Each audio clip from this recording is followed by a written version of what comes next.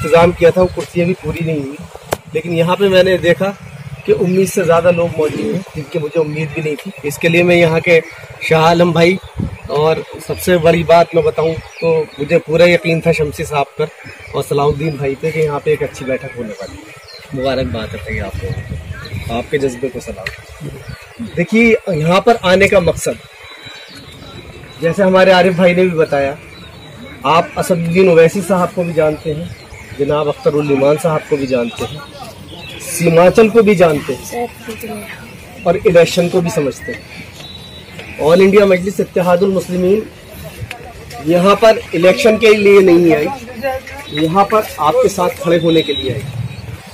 यही वजह है कि आज हम बूथ लेवल के लोगों जो किसी भी पार्टी की बुनियाद होता है उससे मुलाकात करने के लिए आए हैं और सिर्फ इसलिए आए हैं कि हमें पैगाम दिया गया कि बैरिस्टर असदुद्दीन ओवैसी चाहते हैं कि एक एक आदमी को समझा जाए, उनसे मिला जाए, उन्हें जाना जाए, क्योंकि आप ही लोग हमारी बुनियाद हैं। किसी भी इलेक्शन में अगर आपके पास बूथ मेंबर मजबूत है तो आप इलेक्शन लड़ेंगे। अल्हम्दुलिल्लाह हम पिछले कुछ दिनों से ऑल इंडिया मजलिस इत्तेहादुल मुस्लिमीन सदर के कहने पर यहाँ पर आए। हमने बहादुरगंज देखा, हमने टेढ़ा गाछ देखा, हमने नहीं मैं उसका नाम भूल जाता हूँ, दिगल बैंक देखा। हालात कहीं भी अलग नहीं है। हिमाचल के जो हालात आपके यहाँ पर हैं वो दिगल बैंक में भी है और वही ठाकुरगंज में भी है, क्योंकि हम लोग आपस में कनेक्टेड हैं। और उसकी बुनियाद क्या है? उसकी बुनियाद यह है कि अभी तक हमने अपने सही सरपरस्तों को नहीं पहचाना। ऑल इंडिया मजलिस इत्तेहादुल मुस्लिमीन और बाकी पार्टीज में क्या फ़र्क है, ये अगर आपको मैं बताने जाऊं तो मैं समझता हूँ आज से शुरू करेंगे और अगले 30 दिन भी लग जाएंगे तो बात पूरी नहीं है। लेकिन उसके बाद भी मैं आपको एक पैगाम देना चाहता हूँ जो थोड़ा सा हटके है, लेकिन पैगाम इसलिए देना चाह रहा हूँ कि मुझे मालूम है कि आने वाले कल के लीडर्स यहाँ पे मेरे साथ मौजूद हैं और लोगों को पता होना चाहिए कि ऑल इंडिया मजलिस इत्तेहादुल मुस्लिमीन है क्या। 1947 के बाद, पार्टीशन के बाद, जहाँ हिमाचल ने सेक्युलरिज्म को अपनाया, एक सेक्युलरिज्म के नाम पे बनी हुई पार्टी को अपनाया और उसे 70 साल चलाया, वहीं पर तेलंगाना में ऑल इंडिया मजलिस इत्तेहादुल मुस्लिमीन को हाथों हाथ वोट दिया। लोग उन पे कम्युनल होने का दाग लगा सकते हैं, लेकिन आप वहाँ पर जाके देखिए, जैसे मेरे भाई आरिफ सैफी ने भी बताया कि आपको मुसलमानों से ज़्यादा अगर वहाँ पे चाह रहा है कोई असदुद्दीन ओवैसी को तो वो नॉन मुस्लिम है। और वजह यह है कि जो हमारे संविधान को समझता है वो इस बात को समझता है कि जब हम कुर्सी पे बैठते हैं तो किसी भी मजहब से ताल्लुक़ नहीं रखते, अपने संविधान को आगे लेकर चलते हैं। यही पैगाम हम लोग यहाँ पर भी लेकर आए हैं हिमाचल में। आने वाले वक्त में आप लोगों से उम्मीद है कि जब आप बूथ लेवल पर काम करेंगे, अपने बूथ को मजबूत करेंगे, तो घर में जा जाके बताएंगे कि आपके बीच में एक ऐसी क़यादत पैदा हो गई है जो इस कॉन्स्टिट्यूशन को समझती है। वो ये नहीं देखती कि मेरे सामने आए हुआ अपनी प्रॉब्लम लेकर आया हुआ आदमी हिंदू है या मुसलमान है। वो ये जानती है कि ये जो मेरे सामने आदमी आया है इसकी परेशानी है और इसे दूर करना है। अगर ये आप देखना चाहते हैं तो वह आप तेलंगाना में जाके देखिए, जहाँ पर मेरे सदर भी बैठे रहते हैं, उनके MLA भी बने रहते हैं और ऐसे ही वहाँ पे पार्टी के कार्यकर्ता भी मिलेंगे और वहाँ पर वो लोग भी मिलेंगे जिनकी परेशानी है। वो जाते हैं, सीधे बात करते हैं, अपनी परेशानी बताते हैं और उसका सॉल्यूशन निकलता है। आज वहाँ पर अच्छे हॉस्पिटल्स हैं जिनमें सिर्फ 500 रुपये में डिलीवरी की जाती है।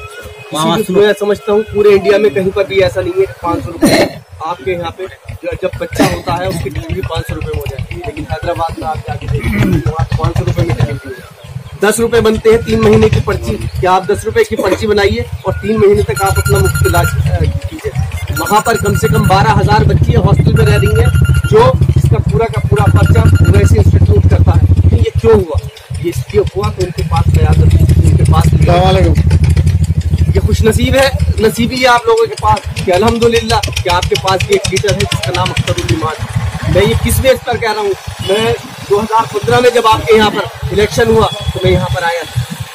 जब मैं अख्तरुल ईमान साहब से मिला तो यकीन जानिए मैंने वहाँ पर, जब मेरे दोस्तों ने, मेरे साथियों ने, मेरे मजलिस के लोगों ने मुझसे पूछा कि वहाँ पे आपने क्या देखा, तो मैंने उनसे ये कहा कि मैंने वहाँ पर दूसरा ओवैसी देखा।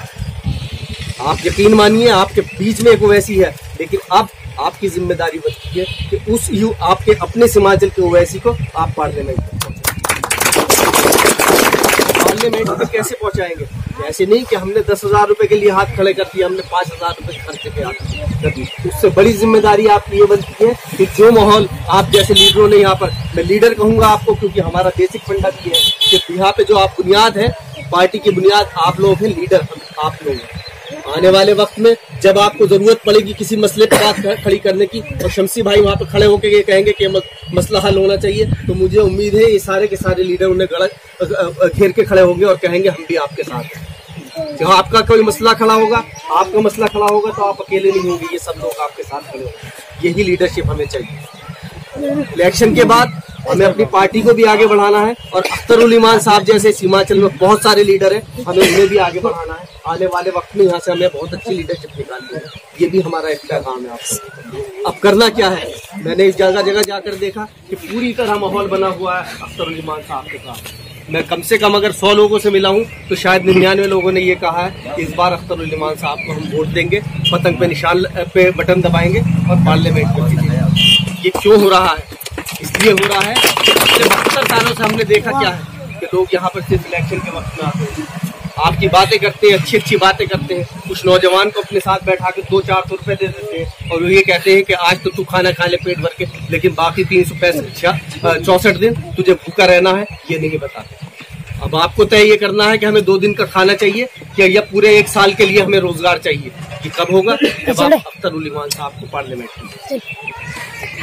जब शरीयत का मसला आया, आपके ही एक बिहार के लीडर ने कहा कि मुझे बहुत अफसोस हुआ कि मेरी पार्टी ने मुझे बोलने नहीं दिया। तो उनका पैगाम आप लोगों के लिए था कि मेरी पार्टी क्या है, उसकी असलियत मेरे मुंह से आप समझिए। आप जब शरीयत की बात नहीं कर सकते, तो जबकि आपको यही किया गया था कि मुसलमान के वोट बैंक से आप पार्लियामेंट में पहुंच के मुसलमानों के मुद्दों को उठाएंगे, लेकिन जब शरीयत का मसला आया, शरीयत का मसला किसका था? हमारा मसला था, तो उनका मुंह दबा दिया गया। और उस शरीयत के मसले पे अगर आपको भी मालूम है, वाहिद एक शख्स बोला तो वह बैरिस्टर सैफुद्दीन ओवैसी बोला। तो आप क्या चाहते हैं अल्लाह ना करे कल दोबारा का अगर कोई शरीयत पे मसला आता है तो फिर वो अकेले खड़े हो जाए। ये हमारी जिम्मेदारी बनती है कि असद साहब आप अकेले नहीं रहेंगे, वहाँ पर अख्तरुल ईमान साहब आपके साथ खड़े होंगे। जिम्मेदारी कौन उठाएगा? ये जिम्मेदारी आप लोग उठाएंगे। मुझे उम्मीद है इंशाल्लाह आने वाले वक्त में 18 तारीख में मेरे बूथ का एक एक लीडर एक एक घर पर जाएगा और ये कहेगा अपनी माओ से, अपनी बहनों से, पड़ोसियों से कि आप मेरे कहने से कम इतना कीजिए कि बूथ पे चल के अपना वोट दे दीजिए अख्तरुल ईमान साहब, पतंग का बटन दबा दीजिए। क्योंकि हमें यहाँ पे हॉस्पिटल चाहिए, हमें यहाँ पर स्कूल चाहिए, यहाँ पर हमें पुल चाहिए। जैसे मेरे भाई ने कहा कि पूरे एरिया में कोई पुल नहीं है। यहाँ पे आपको एक चीज और बता दूं, हिमाचल जितना उपजाऊ क्षेत्र है शायद इंडिया में कोई क्षेत्र नहीं है, इससे शायद आधा ही होगा पंजाब। वहाँ पर आप चले जाइए, एक एक घर के सामने चमचमाती गाड़ियाँ मिलेगी, लेकिन यहाँ पे घरों के सामने क्या मिल रहा है? गरीबी और वजह क्या है? बाढ़ की अगर प्रॉब्लम अगर आपके 70 सालों में समझ में नहीं आई तो आपको लगता है कि अगले 5 साल में किसी के समझ में आएगी? नहीं आएगी। वो समझ में अगर आएगी किसी के तो अख्तरुल ईमान के आएगी, क्योंकि वो आपका बच्चा है, आपका बेटा है, आपका भाई आपका रहने वाला है यहाँ पे, उसकी समझ में आती है प्रॉब्लम। और यही वजह है कि यहाँ से दिल्ली कर्नाटका तक अख्तर भाई गए हैं। मुझे मालूम है लुधियाना में उन्होंने प्रोग्राम किया, वहाँ के हिमाचल के लोगों से कहा कि अगर आप यहाँ पर बैठे हुए तो अपने लोगों से कहिए कि हमें वोट दे के पार्लियामेंट में पहुंचाए, ताकि जिनकी वजह से आप यहाँ पे आए हैं वो वहाँ पर रह के कम से कम कुछ तो सुकून हासिल करें।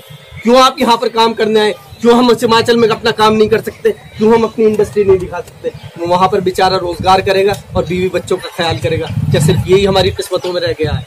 नहीं, हमें यहाँ पे इंडस्ट्रीज भी चाहिए, हमें अपना मुस्तकबिल भी चाहिए। तो मेरे दोस्तों, मेरे लीडर्स, मैं फिर कह रहा हूँ आप खुद लीडर्स हैं, आप ये जिम्मेदारी पूरी तरह से उठाएंगे कि अख्तर साहब का एक भी वोट खराब नहीं होने देंगे। और मैं समझता हूँ सबसे ज्यादा अगर वोट कहीं से होगी तो इन बूथों से होगी जो मेरे सामने खड़े हैं। ये मैं आपसे वादा चाहता हूँ कि आप इस वादे पे खड़े उतरेंगे इंशाअल्लाह। मैं समझता हूँ कि इंशाअल्लाह आने वाले वक्त में अगर सबसे ज्यादा कहीं 100% वोटिंग का आप करके वहाँ के दिखाएंगे तो यहाँ के बूथ लीडर करवा के दिखाएंगे। इन्हीं बातों के साथ आपका बहुत बहुत शुक्रिया, आपका वक्त दिया, आपने मुझे वक्त दिया।